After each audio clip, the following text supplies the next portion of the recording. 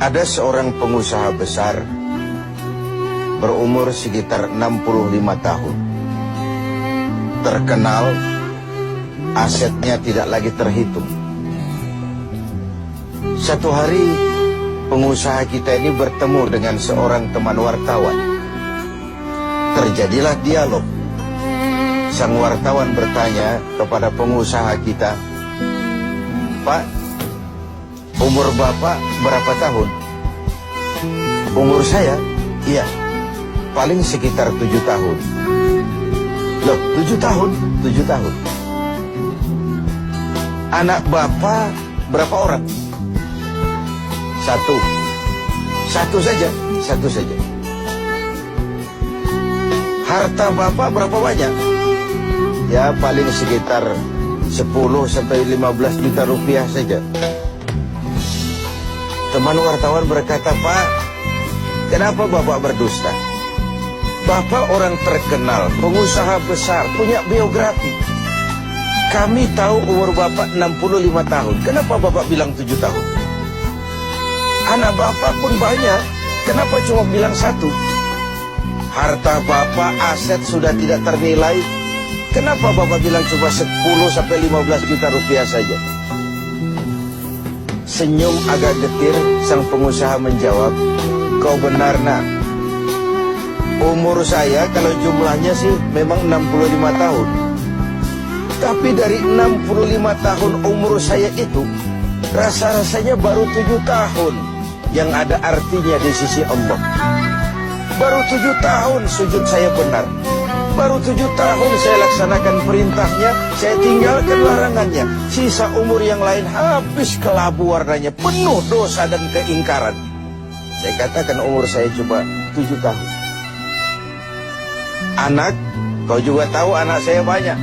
Tapi dari sekian banyak anak ini, rasanya cuma 1 yang akan jadi buah hati, belahan jantung, pelanjut cerita, penerus sejarah, anak soleh yang akan mendoakan orang tuanya. Yang lain susah diurus anak saya itu." "Oh gitu toh." "Iya."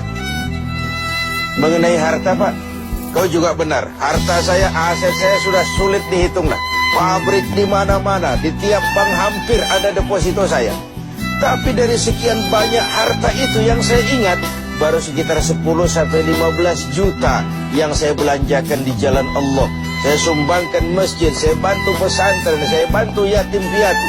Dan itu yang akan jadi milik saya yang sebenarnya, yang akan saya bawa menghadap Allah, saya bawa ke alam kubur. Yang lain akan jadi rebutan ahli waris sesudah." Jangan-jangan orang tua tadi adalah kita-kita ini. Jangan-jangan kita-kita ini adalah orang tua tadi. Tapi yang pasti, jangan sampailah kita seperti orang tua tadi itu. Dari sekian banyak umur yang diberikan, berapa yang punya nilai di sisi Allah? Dari sekian banyak anak titipan Allah kepada kita, berapa yang akan jadi anak soleh, buah hati, belahan jantung, pelanjut cerita, penerus sejarah?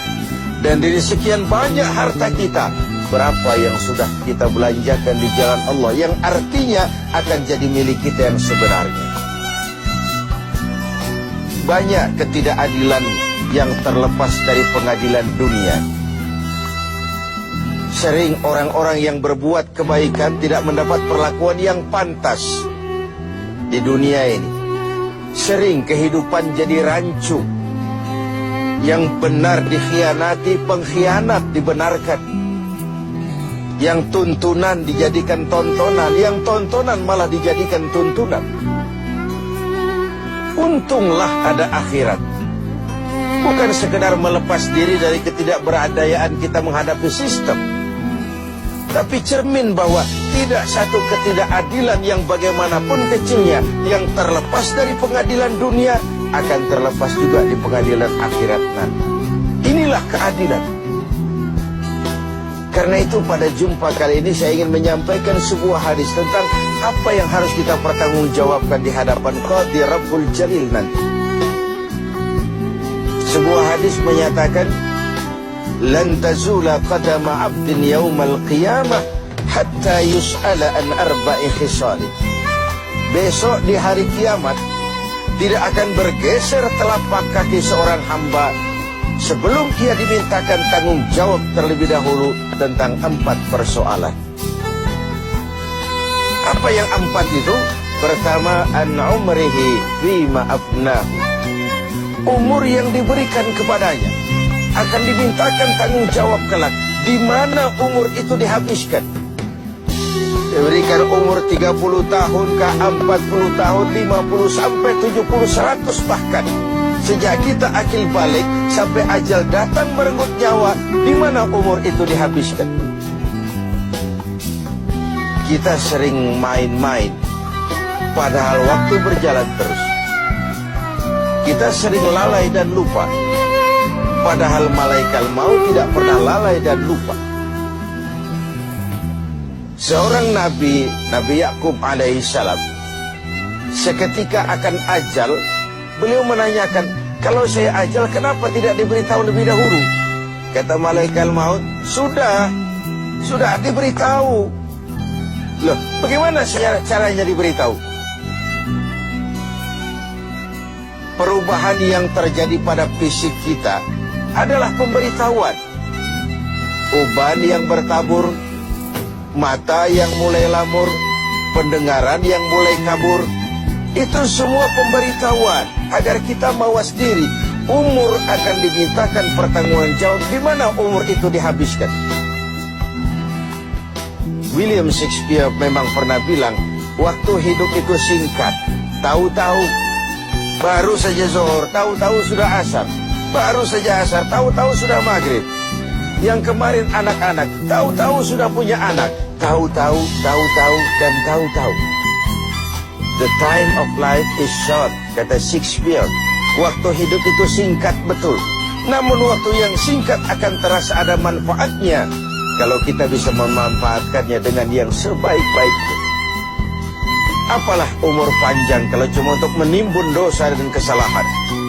Lebih baik umur yang panjang tapi untuk mengkoleksi berbagai kebajikan.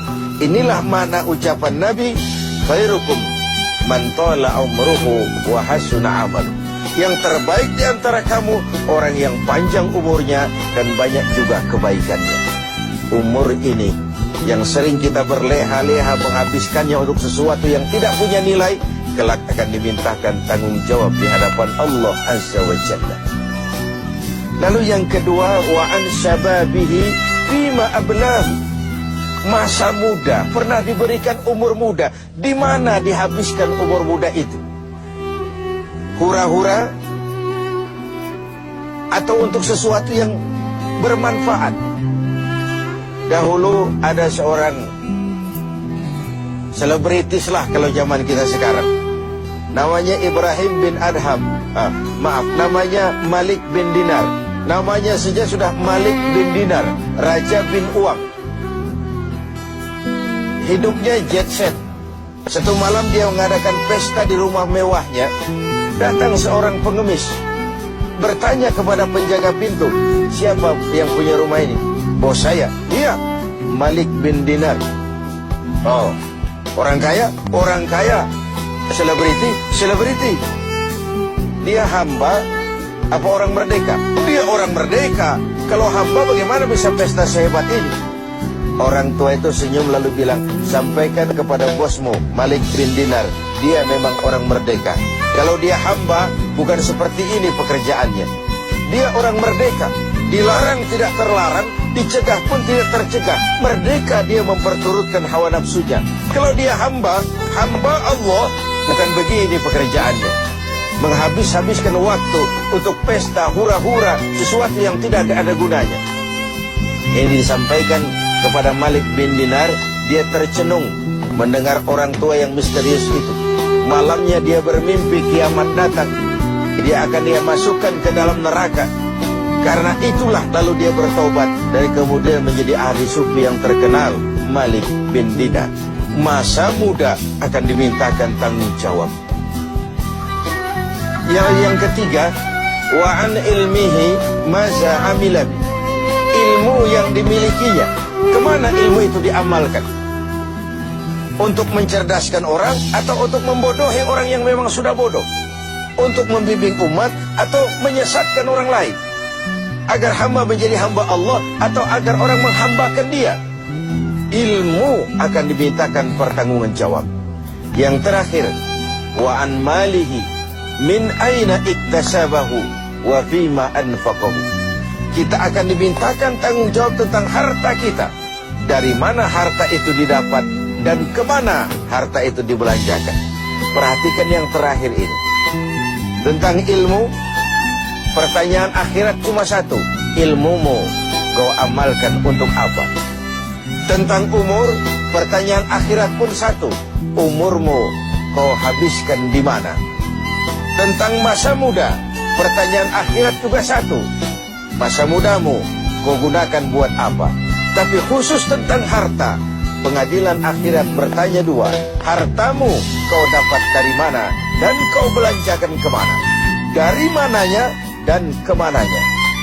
Kadang didapat dari cara yang benar, tapi dibelanjakan untuk yang tidak benar. Atau bisa juga didapat dari cara yang tidak benar, dibelanjakan kepada jalan yang benar. Itu pun tidak mungkin kedua-duanya.